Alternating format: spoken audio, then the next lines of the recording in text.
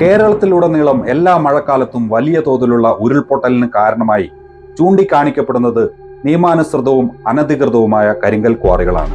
ഈ വിഷയത്തെപ്പറ്റി പഠിച്ച കേരള ഫോറസ്റ്റ് ഇൻസ്റ്റിറ്റ്യൂട്ടിലെ TV സജീവ് പറയുന്നതനുസരിച്ച് കേരളത്തിൽ ഭൂരിഭാഗം ഉരുൾപൊട്ടലുകളും സംഭവിക്കുന്നത് 1 കിലോമീറ്റർ ചുറ്റളവിൽ പാറമടകൾ സജീവമായ പ്രദേശങ്ങളിലാണ്.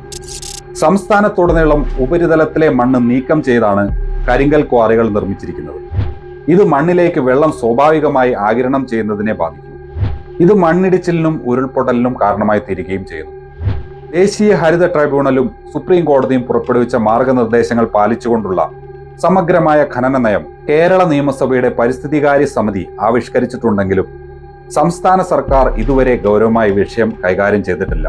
നിലവിലുള്ള കരിങ്കൽ ക്വാറികൾ അതാത് മലയോര മേഖലകളുടെ ഭൂപ്രകൃതിയെ മാറ്റിമറിക്കുകയും മലനിരകളെ അസ്ഥിരമാക്കുകയും ചെയ്തു. പാരിസ്ഥിതിക ആഘാത പഠനങ്ങളൊന്നും നടത്താതെയാണ് മിക്കയിടങ്ങളിലും ക്വാറി പ്രവർത്തനത്തിന് അനുമതി നൽകുന്നത്. നിർമ്മാണ പ്രവർത്തനങ്ങളെ സഹായിക്കുന്നതിനാൽ ഖനനം ഒഴിവാക്കാനാകില്ല. എന്നാൽ അത് ജനങ്ങളുടെ പരിസ്ഥിതി, ജീവിതം, ഉപജീവനമാർഗം, സുരക്ഷ എന്നിവ കുരുതി കഴിച്ചുകൊണ്ട് ആകരുത്. കാലാവസ്ഥ പ്രതിസന്ധി ലഘൂകരിക്കാൻ കഴിയുന്ന വഴികളെക്കുറിച്ച് ചിന്തിക്കാൻ നിലവിലുള്ള ഭയാനകമായ സാഹചര്യം നമ്മളെ പ്രേരിപ്പിക്കുന്നു. എന്നിരുന്നാലും ക്വാറികളുടെ പേരിൽ നടക്കുന്ന നഗ്നമായ നിയമലംഘനങ്ങളെക്കുറിച്ച് സംസ്ഥാന സർക്കാരും അതിൻ്റെ വിവിധ എൻഫോഴ്സ്മെന്റ് ഏജൻസികളും മൗനം പാലിക്കുകയാണ് ചെയ്യുന്നത്.